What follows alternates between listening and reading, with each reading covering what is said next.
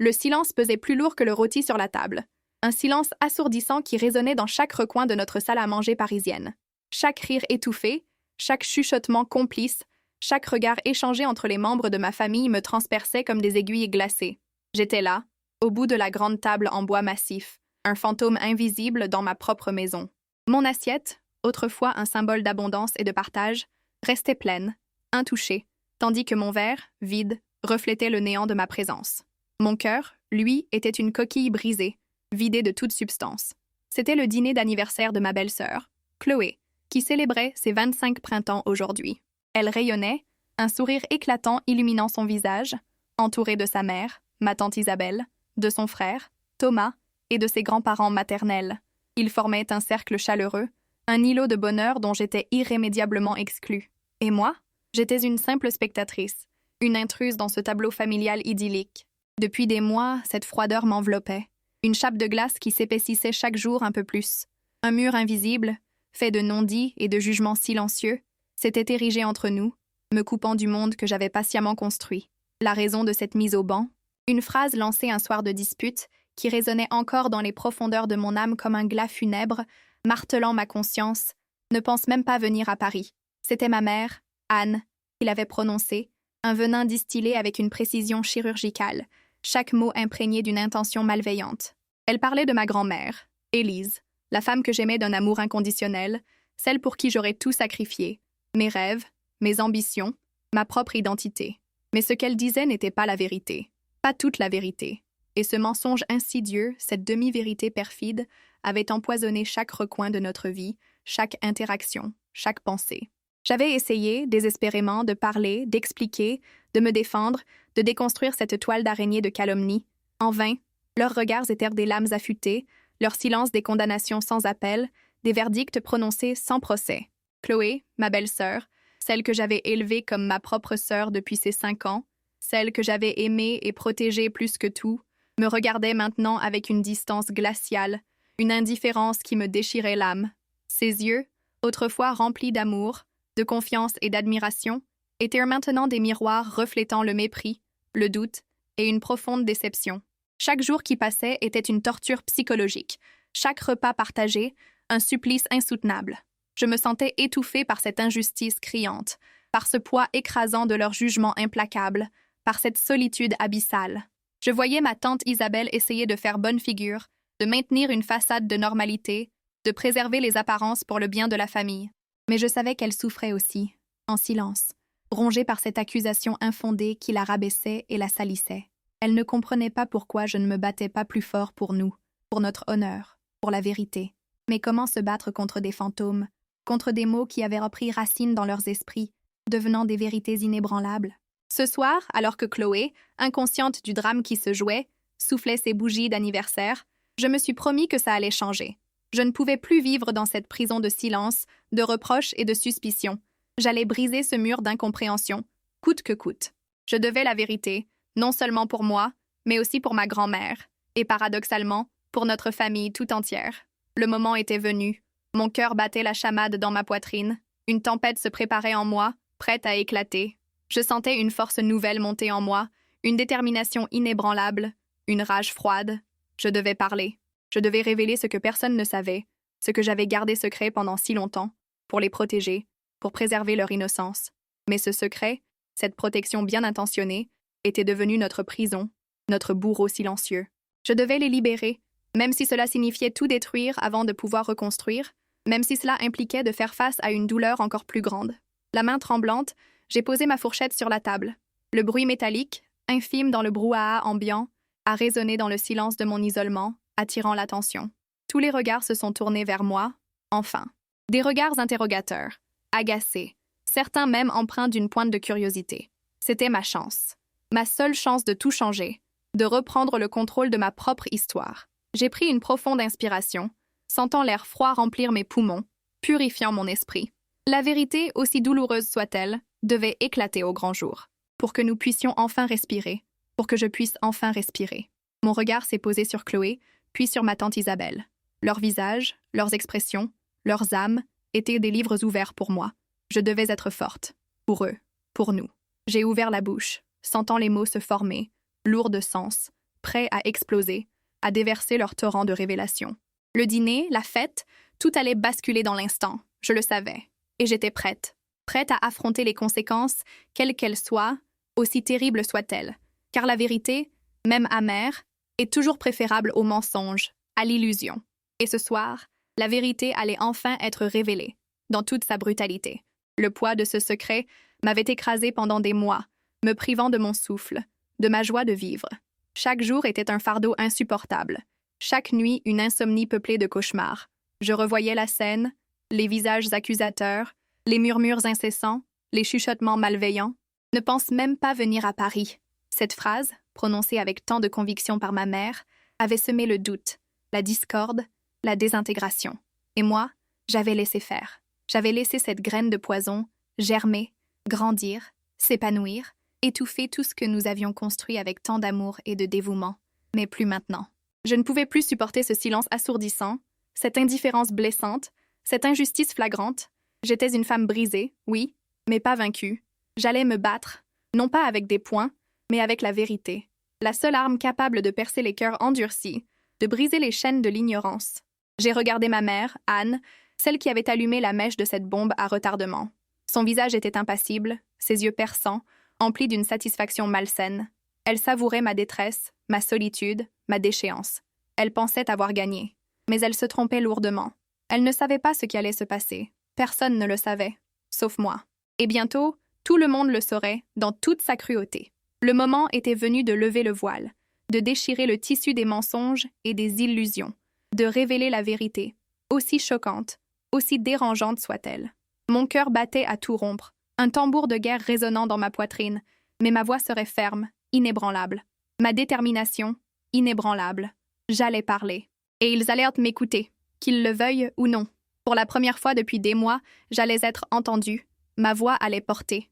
Et ce serait le début d'une nouvelle ère. Une ère de vérité, une ère de réconciliation ou de destruction totale.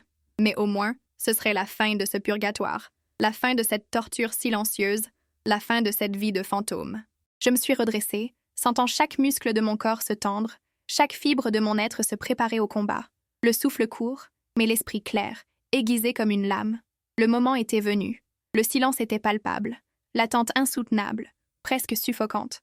Tous les yeux étaient rivés sur moi, leurs expressions variant de l'agacement à la curiosité, de l'incrédulité à l'hostilité. Mais aucune trace de compassion. C'était bien. Je n'en avais pas besoin. J'avais besoin de leur attention, et je l'avais. J'allais l'utiliser, pour tout changer, pour toujours. La vérité allait éclater, et rien ne serait plus jamais comme avant. La table, autrefois un lieu de rassemblement joyeux, était devenue une arène, et moi, la gladiatrice solitaire, prête à affronter les fauves de l'ignorance et du jugement. Chaque seconde qui s'écoulait était une éternité. Chaque battement de mon cœur, un compte à rebours vers l'inconnu. Je dois vous dire quelque chose. Ma voix, étonnamment stable malgré la tempête qui faisait rage en moi, a brisé le silence oppressant, résonnant dans la pièce comme un coup de tonnerre. Les regards, déjà intenses, se sont intensifiés davantage, certains empreints d'une curiosité morbide, d'autres d'une hostilité à peine voilée. Isabelle, assise à mes côtés, a posé une main sur mon bras, un geste de soutien discret mais ferme, un ancrage dans cette mer déchaînée. Elle savait que j'allais parler, que le moment de la confrontation était arrivé, mais elle ignorait l'étendue de ce que j'allais révéler, la profondeur du gouffre que j'allais ouvrir. Cela fait des mois interminables, que je vis dans l'ombre d'une accusation infâme. Une accusation qui a brisé notre famille, qui a semé la discorde, la méfiance et le ressentiment entre nous. Une accusation lancée par vous, maman, avec une cruauté calculée, et acceptée sans la moindre question, sans le moindre doute, par le reste d'entre vous. J'ai pointé ma mère du doigt, mon geste lent et délibéré, ma voix chargée d'une gravité solennelle. Son visage s'est figé, ses lèvres se sont pincées, trahissant une nervosité sous-jacente. Vous avez dit, avec une conviction glaçante, ne pense même pas venir à Paris. Vous parliez de ma grand-mère, Élise, la femme qui m'a élevée, qui m'a aimée, et que vous m'avez interdite de voir. Un murmure a parcouru la table, un frisson d'incompréhension et de malaise. Chloé, les yeux écarquillés, m'a regardé, son visage pâle trahissant une profonde trahison. Son frère, Thomas, a serré les poings, prêt à défendre sa sœur. Vous avez insinué, avec une perfidie sans nom, que ma grand-mère était une femme dangereuse, instable, qu'elle m'influait négativement. Vous avez nourri cette idée, jour après jour, goutte après goutte, jusqu'à ce qu'elle devienne une vérité incontestable. une certitude inébranlable dans vos esprits. J'ai fait une pause dramatique, laissant mes mots s'imprégner, s'enfoncer dans leur conscience. Mais ce n'est pas la vérité. Pas du tout. Ma grand-mère Élise n'a jamais été la femme que vous décrivez. Elle est innocente de tout ce dont vous l'avez accusée. Les visages autour de la table affichaient un mélange complexe de scepticisme, de colère et d'incrédulité. « C'est un mensonge éhonté !» a crié ma mère, sa voix perçante, brisant le silence. « Ta grand-mère est une manipulatrice. Elle a toujours cherché à te monter contre nous. Faux !» J'ai frappé la table du poing, un geste qui a surpris tout le monde, y compris moi-même, par sa violence inattendue. Le bruit a claqué dans l'air, faisant sursauter les convives. Ma grand-mère n'a jamais manipulé personne. C'est vous qui avez manipulé la vérité. C'est vous qui avez caché un secret.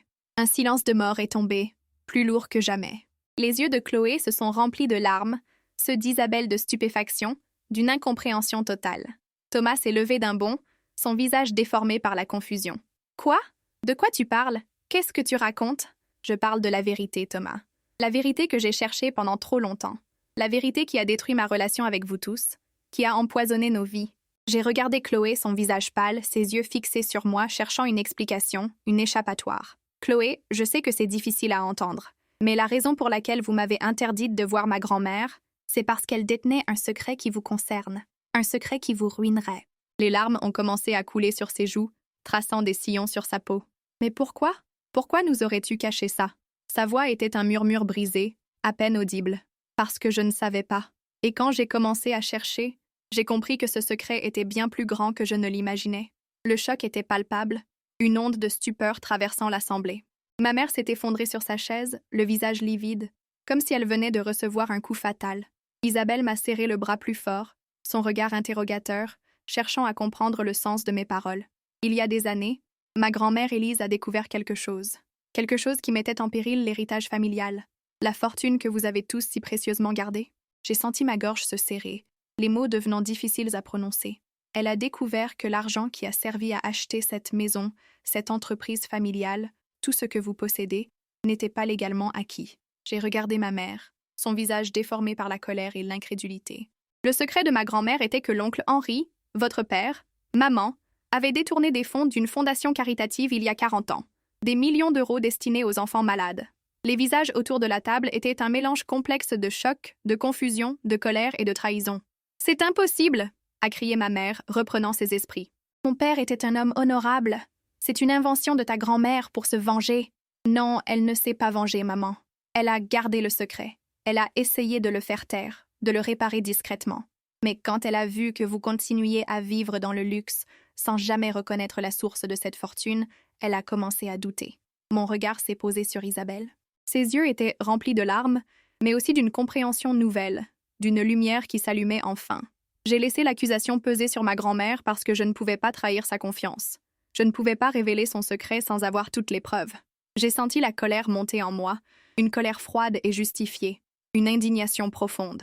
J'ai enduré vos silences méprisants, vos regards accusateurs, vos jugements hâtifs. J'ai accepté d'être la paria, la coupable silencieuse, le bouc émissaire, pour protéger ceux que j'aime plus que tout au monde, y compris vous, en espérant que la vérité éclaterait un jour. Thomas, les larmes aux yeux, a regardé sa sœur, son visage empreint de douleur et de compassion. « C'est vrai?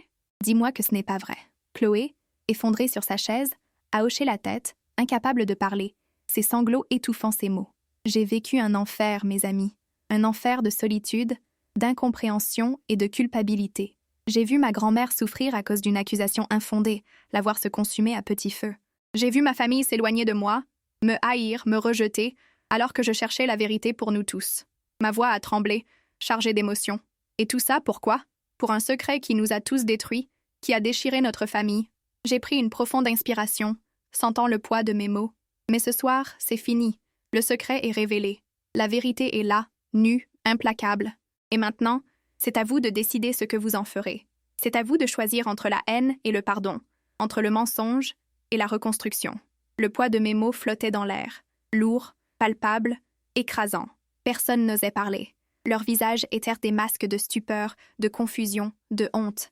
La révélation était trop brutale, trop inattendue, trop dérangeante. Ils avaient tous cru à la version facile, à la coupable désignée, à la solution de facilité. Ils avaient tous jugé sans savoir, sans chercher à comprendre, sans se poser la moindre question. Et maintenant, la vérité les frappait de plein fouet, les laissant sans voix, sans défense.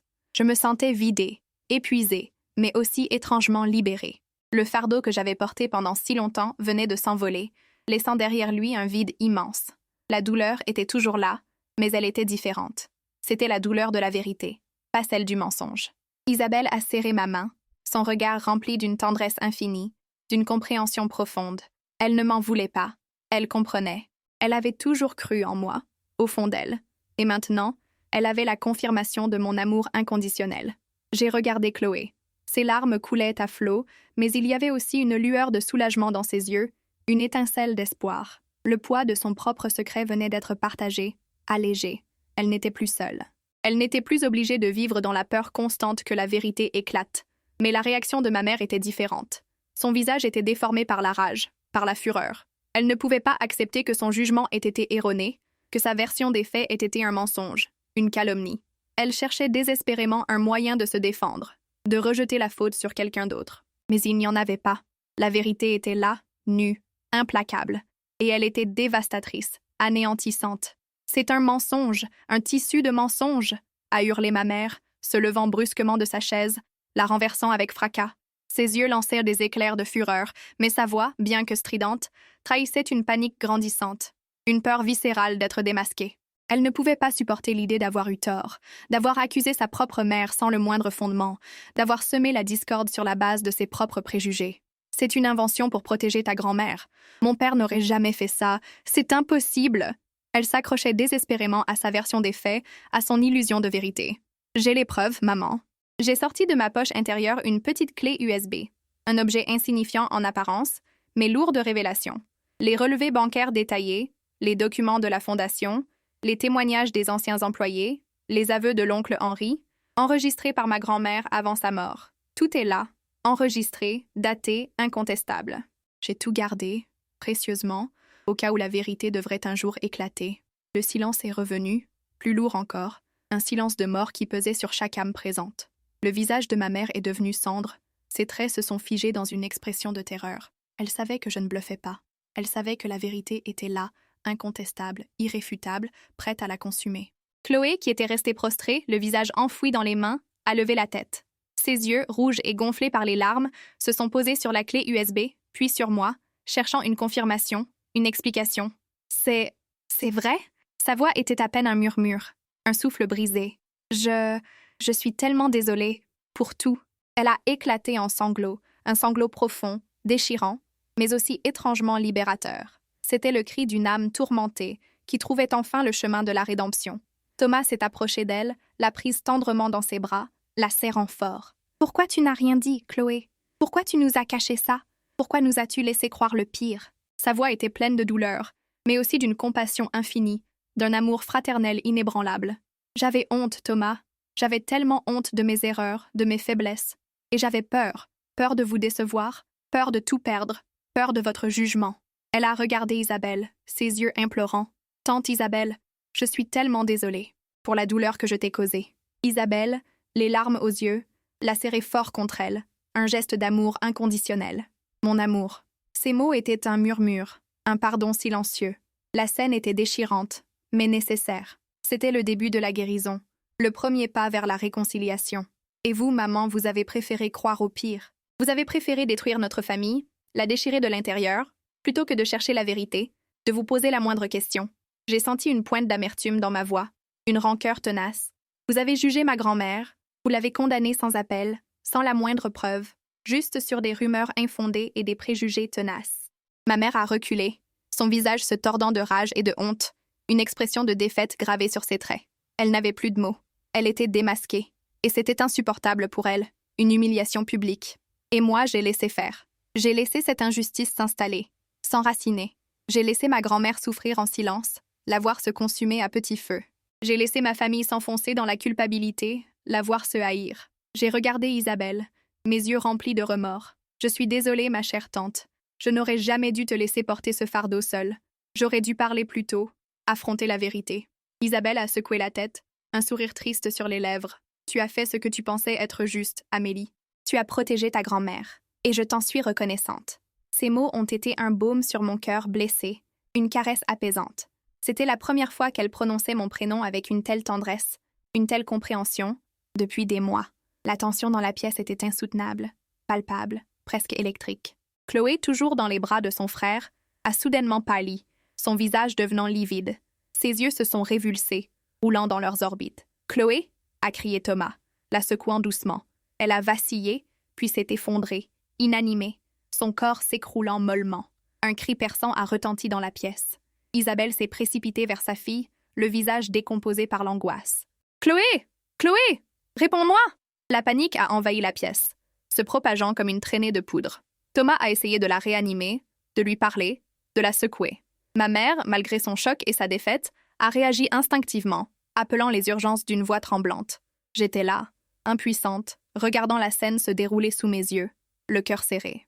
La vérité avait éclaté, et elle avait eu des conséquences dévastatrices, imprévues. Mais c'était la seule voie possible, la seule issue. Quelques minutes plus tard, qui m'ont semblé une éternité, les sirènes ont retenti au loin, se rapprochant. Les pompiers et le SAMU sont arrivés en trombe, envahissant la pièce. Ils ont pris en charge Chloé avec professionnalisme, l'ont stabilisée, lui ont prodigué les premiers soins. Elle avait fait un malaise vagal, probablement dû au choc émotionnel intense qu'elle venait de subir. Ils l'ont emmenée à l'hôpital pour des examens complémentaires, par précaution. Isabelle et Thomas sont partis avec elle, leur visage marqué par l'inquiétude. La pièce s'est vidée, ne laissant que ma mère et moi. Le silence était pesant, chargé de non-dits, de reproches silencieux, de regrets. Elle m'a regardée, ses yeux remplis d'une haine froide, d'une rancœur tenace. « Tu as tout détruit, Amélie, tout. Notre famille, notre paix, notre bonheur. » Sa voix était un sifflement, un murmure venimeux. « Non, maman, j'ai révélé la vérité. C'est vous qui avez tout détruit en semant le mensonge, la discorde et la calomnie. » Je me suis levée, sentant une force nouvelle m'envahir, une détermination inébranlable. Et maintenant, il est temps de reconstruire. Avec la vérité, sur des bases solides. J'ai ramassé la clé USB, la serrant dans ma main. Je vous laisse réfléchir à tout ça, à vos actions, à vos paroles. Je suis sortie de la maison, laissant ma mère seule avec ses pensées, ses remords et la vérité implacable. L'air frais et vivifiant de la nuit parisienne a balayé mon visage, purifiant mon esprit.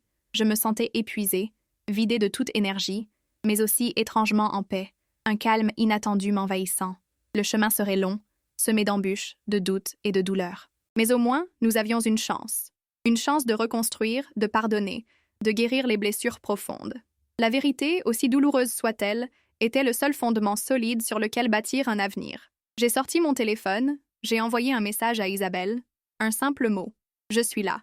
Je vous attends à l'hôpital. » Je savais que ce n'était que le début d'une nouvelle ère pour notre famille. Une ère de vérité, de vulnérabilité, et je l'espérais de tout mon cœur, de réconciliation. Le poids de l'injustice s'était envolé, remplacé par l'incertitude de l'avenir. Mais pour la première fois depuis longtemps, j'avais de l'espoir. L'espoir que ma famille puisse enfin me voir, non pas comme un fantôme, mais comme la femme que j'étais vraiment. Une femme qui avait fait des erreurs, oui, mais qui avait toujours agi par amour, par dévouement.